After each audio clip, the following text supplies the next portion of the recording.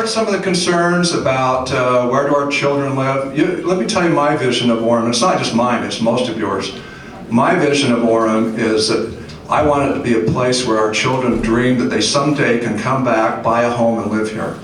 I don't want my vision of Orem to be, oh yeah, after we got married, we lived in an apartment until we could afford to get out of that apartment and buy a home outside of Orem. So Orem, high density is not affordable. So let's don't confuse the two. There's a national issue about affordability. That's a problem throughout the nation, not unique to Orem. And so, that's a problem. But it's not solved by building a high density apartment. The issues about the busing, all that stuff we're hearing is really creative, but all I know is it's more busy now than it was a year ago. So you can tell me about the buses, you can tell me all the traffic that's gone. All I know is what I see. And I live across from the Aston Apartments on 8th East, where they have no parking, they have to park in Costco's parking. And I see the empty buses going back and forth. So I live there because I'm having to wait for the buses as it makes the traffic light longer so I can get onto the road because the empty buses are. Anyway, so just so you know, everyone on the City Council is not on board with all these flyers around here, nor is because the city came up with a plan in 2015, does that mean it's appropriate now. So I don't support this at all.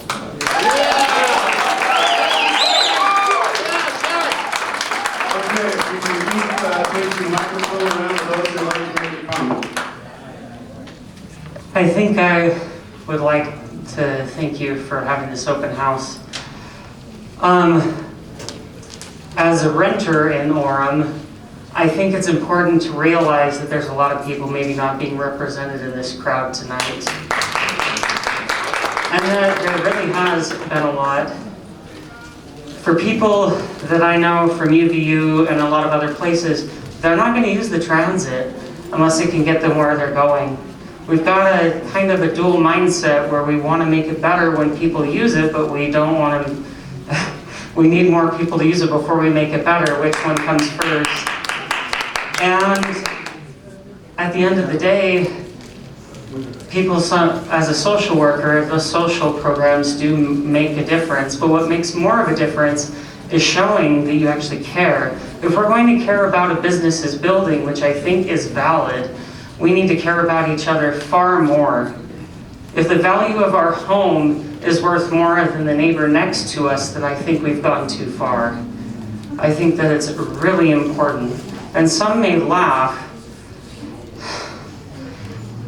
but is the value of your home worth more than your neighbor? Then I feel bad for you. And so I probably will end up leaving the state because I can't afford to move out of even my mother-in-law's apartment, even with a master's degree. And so, I mean, I don't know what the answer is, but I appreciate the people that have gone to actually improving the city, and I really appreciate the city employees. I don't think they get enough credit, and so I thank them.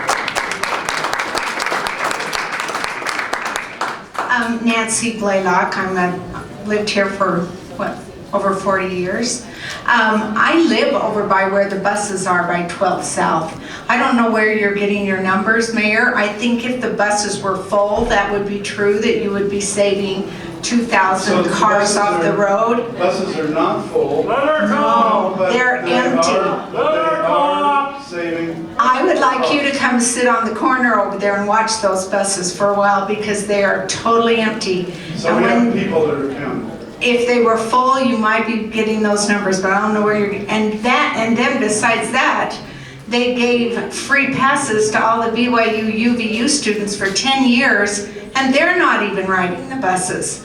So I hate to see more money spent on more busing down our streets until we need it. And as far as the high-rise goes, I know that there will be some built. Please put enough parking in. We always put fewer parking spots than there are people in there. Everybody owns a car and some own two. And they're parking up and down streets where neighborhoods are, and that is not right. We have children that are going to school and cars up and down the street. We don't want that in Orem. Thank you. Thank you for this meeting. My name is Dale. I live in North Orem. And regarding two of the items that people are talking about, one was the homelessness that is here in Orem. I've had a homeless person living with me now for over 10 years that is able to utilize the various programs because he had a residence.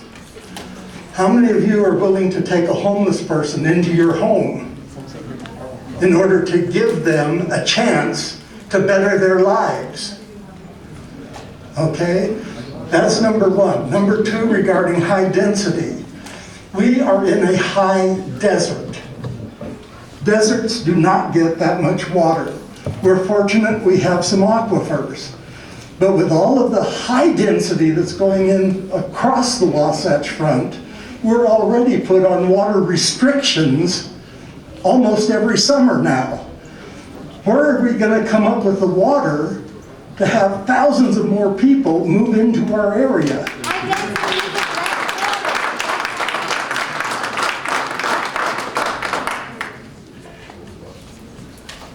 So I just saw Mr. Seastrand in here somewhere.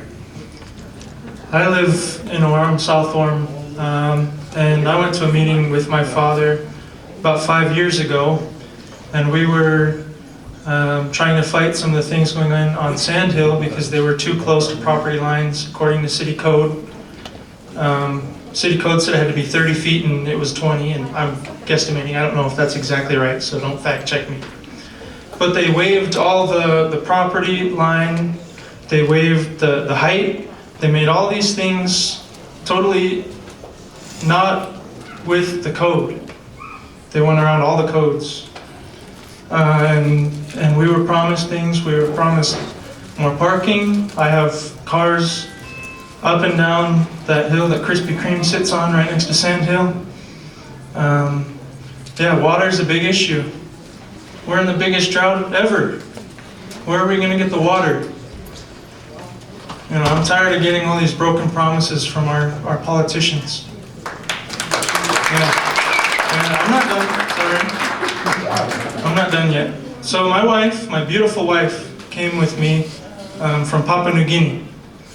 Now we went up to Salt Lake. I picked her up from the airport. We spend most of our time here. I try to avoid that place.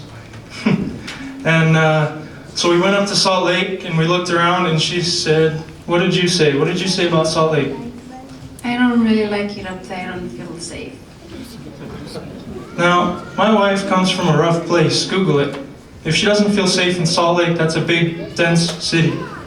I don't want my wife to not feel safe in Orem. I was born in Oregon. We came here when I was 2. This is the only place I know. So I'd like it to stay the way it is.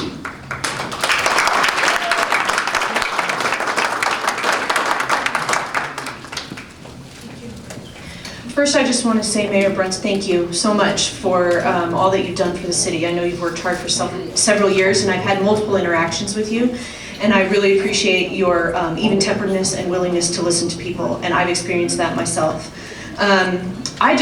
I want to draw attention to when this plan was put into place, there were extensive studies done as far as the environmental impact, the impact on businesses, the water usage, the traffic issues, extensive studies done. And I think a lot of people are looking at this just from a personal view. How is this going to impact me personally in my little, my little bubble, my little world right here? And a lot of us have a hard time looking beyond that to see how it's going to impact the community at large. But these studies, they did look at that. They did look at all of these issues, and maybe it's not perfect. I would be shocked if anyone thought it was perfect, even the people that approved it or designed it, but it's a move in the right direction. We really, really need to keep moving in this direction. And as far as the environmental and the water impacts, these are the kinds of plans that are actually going to help those issues. If we don't have a legitimate plan in place based on actual studies, based on data, then we're gonna destroy this city. We won't have the air quality, we won't have the water quality, we won't have the land, we won't have anything that we want for our children to have here. And so we need to actually look at numbers and look at data and look at the people who are experts in this, who have designed great cities in other places to figure out how to keep Orem the kind of place that we actually want to live. And I appreciate that this original plan was based on actual studies and actual research that put us into a position to actually be able to be successful with it. And maybe we need to tweak a few things, but I think that we need to move forward in the direction of protecting the future of Orem, of the whole community, and not just our own selves.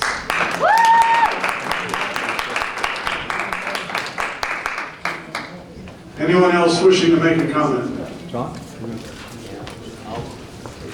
Mayor, thank you for holding the open house, and thank you for the opportunity to speak. I'm a new resident of Orem. My name is Wynn Jeanfro, and I bought a house just two houses north of where the Costco is, so the high-density apartments that are there. Transplant from Oregon 10 years ago, and lived in Provo before we moved here to Orem. And I understand the angst around public transportation. I was one of the very vocal opponents to the public transportation system in Portland, Oregon. And to my regret, actually, because what happened, that catch-22 of when do you ride it? Well, you ride it when you can get where you need to go conveniently.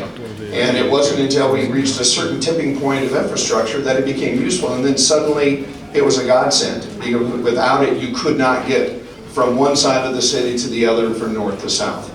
And it is packed all the time. So public transportation is that bizarre investment that only pays for itself when it gets to that tipping point of usefulness. You could give me a pass if I was a student and I still had to walk a mile to the place and a mile from where it drops me off to class, I wouldn't use it. And so as we look at the corridors, we're coming. I didn't bring my politics from Oregon with me. But I did come to a beautiful state because I married a Utahn, and you all have a genetic predisposition to return to your state and drag the rest of us with you. So here we are, and we're interested in the same quality of life. We're interested in property value. We're interested in safety and security. But people are coming, and we can either put our head buried in the ground and pray that the orchards reappear, or we can take advantage of thoughts and feedback. I think collectively there's enough intelligence in this room, even with opposing opinions about how we grow, that we can come up with reasonable ways to solve these problems.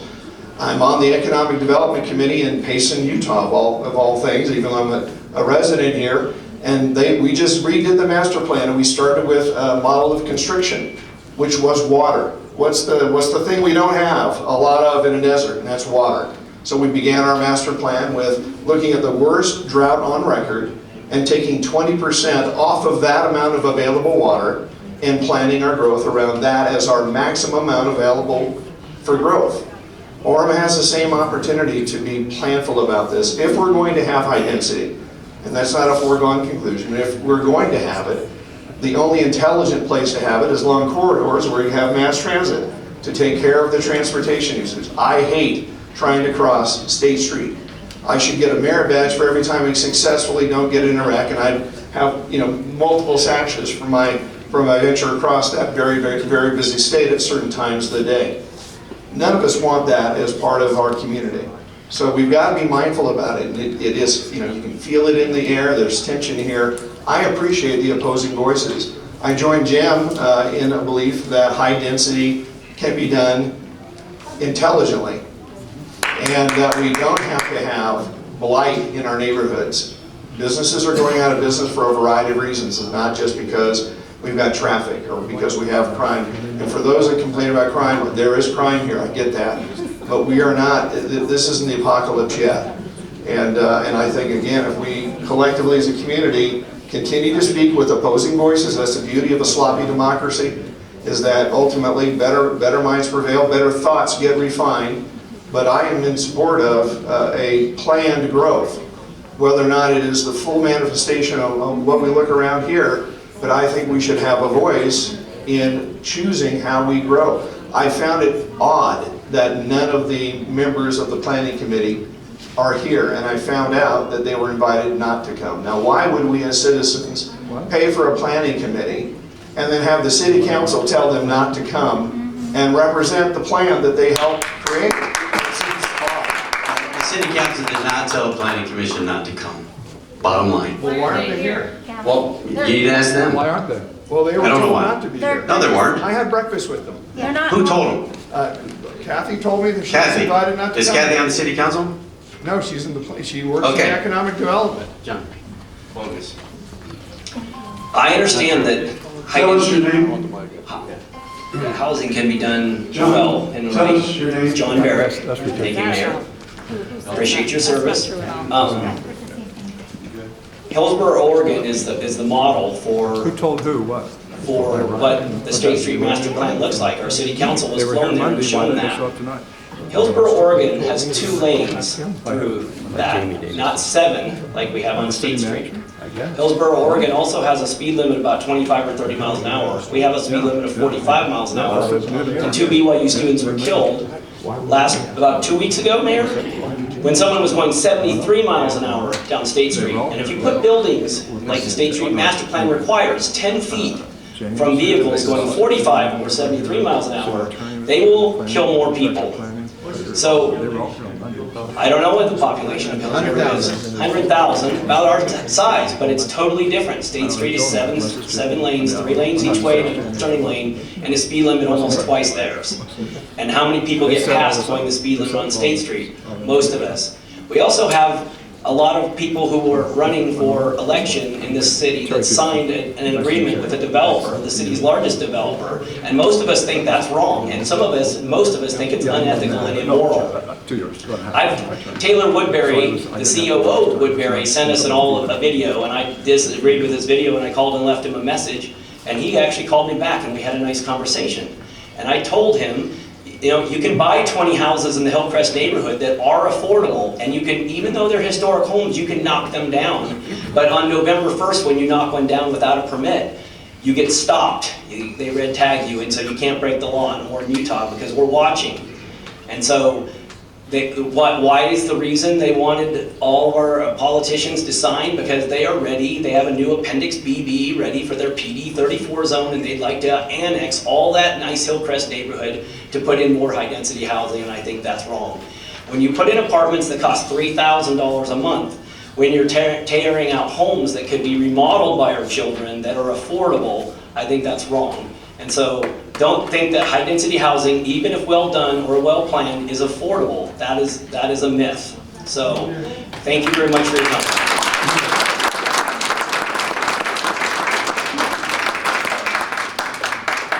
My name is Mark. I just have a comment and a question. The comment is that according to a sociology professor at BYU a number of years ago, the growth rate amongst people, couples in the LDS community, and most of Orem is LDS, is the national average plus 2.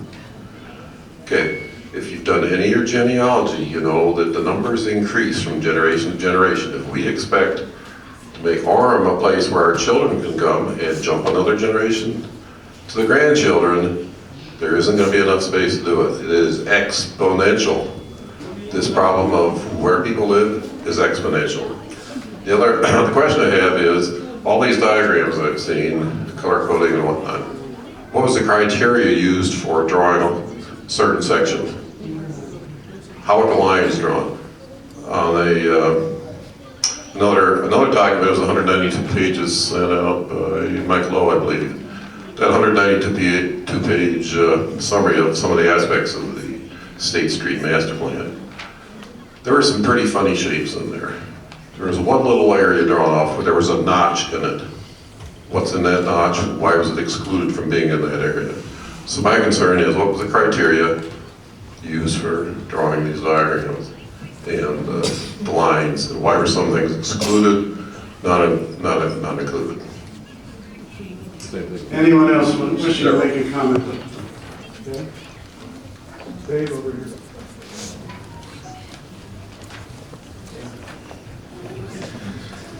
David Day. We moved here from Provo about 15 years ago. I think the gentleman over there hit one of the nails on the head that hasn't been talked too much tonight, and that is our population is growing very fast. And most of the people that I've listened to here tonight liked Orem much better in the old days than they like it now. Well, the core problem is people. So what do we do with all these people? Either we restrict people from moving in here. Boulder, Colorado, Aspen, Colorado are examples of where that's happened. Or we make a place for them to live. All these people are not going to be able to live in quarter-acre detached houses. We have to have higher density housing if we're going to continue to grow at the rate we're growing right now.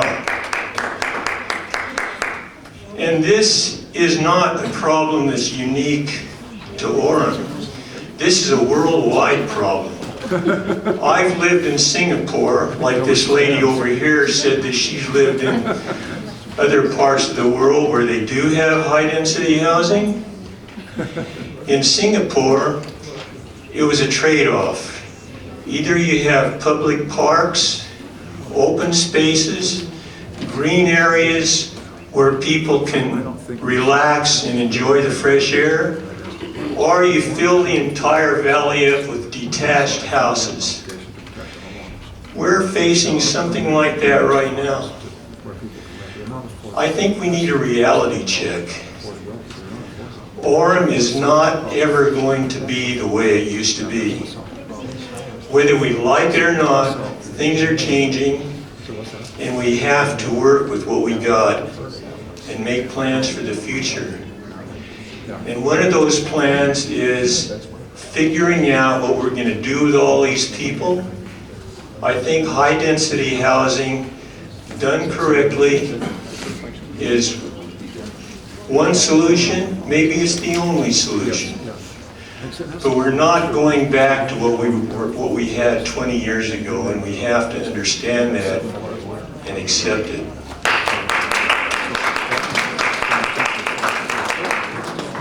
My name is Sissy Rasmussen. I've lived here for about 20 years. And, we all want to have our voices heard. We want to have our input. And the great thing about this plan is it had input from way more people than in this room on both sides of our city. 11,000 surveys, is that what it was?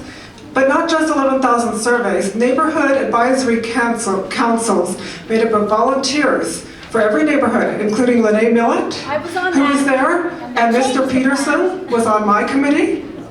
And we went through this, and we learned the issues, and you know what our neighborhood plan says? It says we support high density in the proper places around State Street, and we support innovative approaches to transit, and I'm not done. And that is proactive planning for our city. We're not going backwards, as this gentleman said.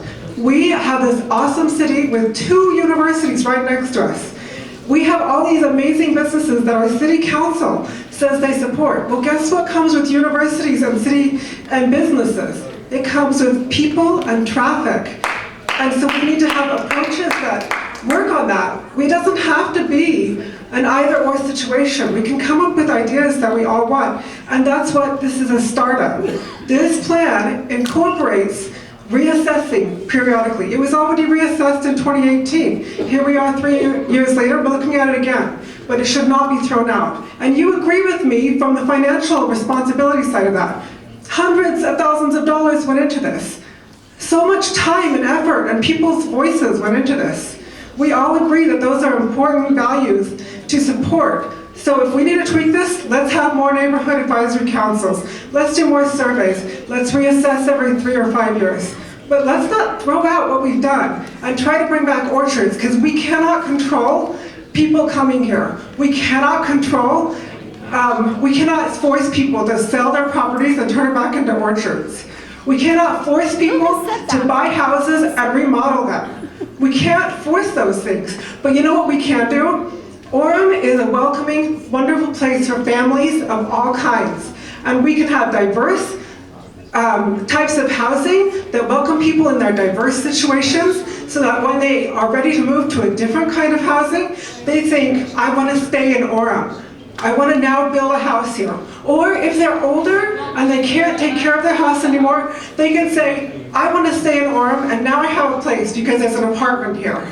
Okay? There are lots of different solutions. I'm speaking, just a minute. There are solutions here, but this is not the way to do it. To have a small group of people come together and be angry and attack the former city councils.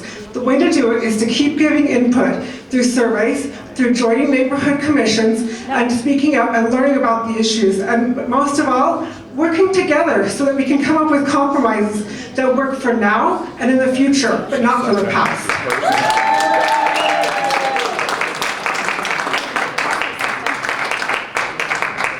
Hi, my name is Laura Redford, and I am a 2-year resident now of Orem. My husband and I, for the first time, were able to buy a house, and we are thrilled to be here. I also have a background, a little bit. I teach the history of city planning, and I have also been teaching transportation planning. And doing so has put me in contact with a lot of the professionals who are in charge of these efforts. And there's a couple of things that I've learned. One person that I spoke with recently said, the only way you can stop growth, right? We have a projected 1 million more people to move here by 2050. Not into Orem. Not into Orem, into Utah Valley, right? By 2050. So what do? You can't stop the growth. You can't keep things the way that they are. The thing that, well, you can, but he said it won't stay the same. What happens is, to stop the growth, you either need to stop having so many children, which I'm not suggesting that, or you ruin your economy and people won't want to stay. And that's how you stop growth from happening in your area. So we can plan for it, and we can plan for it in a way that is reasonable, and it seems like we have a reasonable start here with the Orem Master Plan. The other thing I want to mention is I get frustrated, I guess would be the word, hearing about high density housing and low density housing, because I feel like when we talk about it, if I say high density housing, everybody thinks about a 6-story or taller apartment building. Like, that's what comes to mind. There is a whole range of housing density that we should explore. There are townhomes, there are multiplexes, there are duplexes, there are courtyard apartments. There is a whole range between a single family freestanding home on a half-acre of land and a tall apartment building. So we should look at the way we're zoned. Should there be a tall apartment building right next to a single-family home? No. Could there be townhomes right next to single-family homes? Yes. Could there be a taller apartment building next to the townhomes? Yes. So a graduated approach to high-density housing is the way that it would work best, I think, and a way to get away from the conversation of, I don't want a big apartment building next to my house. I don't want a big apartment building next to my house either. But there are places, especially facing State Street, where that would make sense. And there are places near single-family neighborhoods where some of these higher density but not tall apartment buildings make more sense, that would increase our density. And having reasonable conversations about that is, I think, where we need to go, instead of just reacting to the terminology of high density.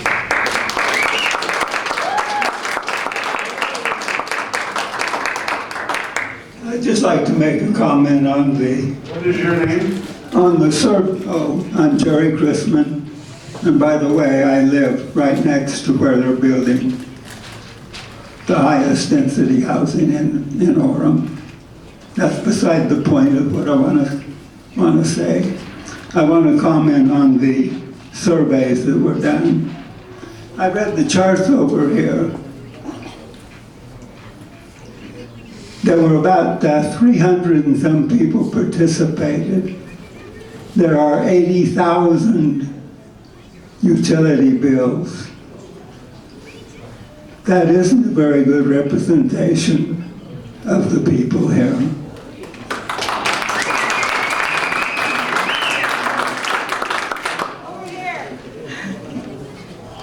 I would just like to ask the room, how many of you got the survey that was mentioned here by Ms. Rasmussen? How many of you got that survey? I know I didn't. Did anybody else here get that survey? Because we own property on State Street. How many of you own property on State Street? How many of you own property on State No, Street? it was a citywide survey. It was citywide, you got it. That's why we got it. No, not if the city didn't have your email, you didn't get it. Right now, our property owners on State Street. This is who we need to talk to. I agree. I agree. That's all I wanted to say. I just have to say something. I'm 86 and I've lived in Orem since I was 10.